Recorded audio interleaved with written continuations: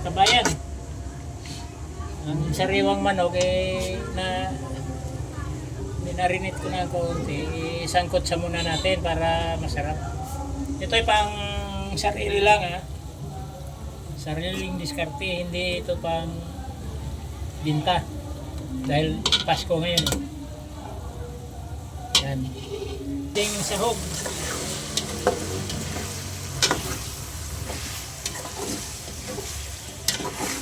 Ang sahog natin, ham at saka manok. Yan ating pansit. Pang ano lang yan ha, pang bahay lang ha. Ano natin, carrots, mga idol, mga kabayan. Sabay mo na kayo sa school na loads. Unti-untiin natin. Tapos lagyan na natin ito ng sabaw. Para pakuluin, mamaya natin ihalo yung gulay pagka kulo na siya. Para hindi malata. Yan.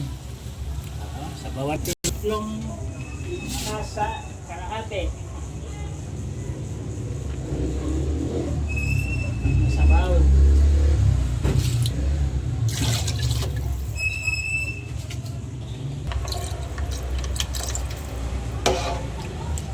Tama-tama lang. Yan.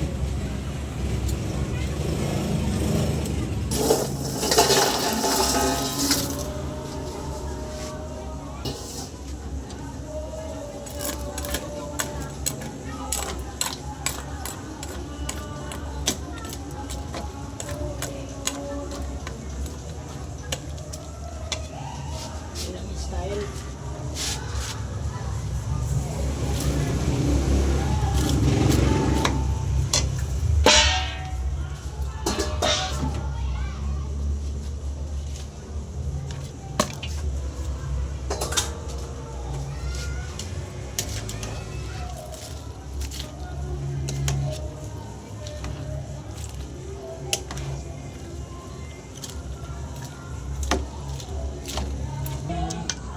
Kainan na naman tayo ngayon dahil Pasko. Ito lang ang ating nakayanan.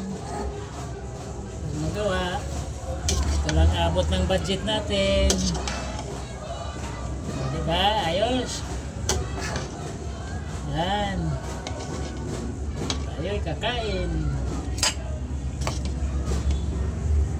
Kain tayo ng pansit mga kaibigan.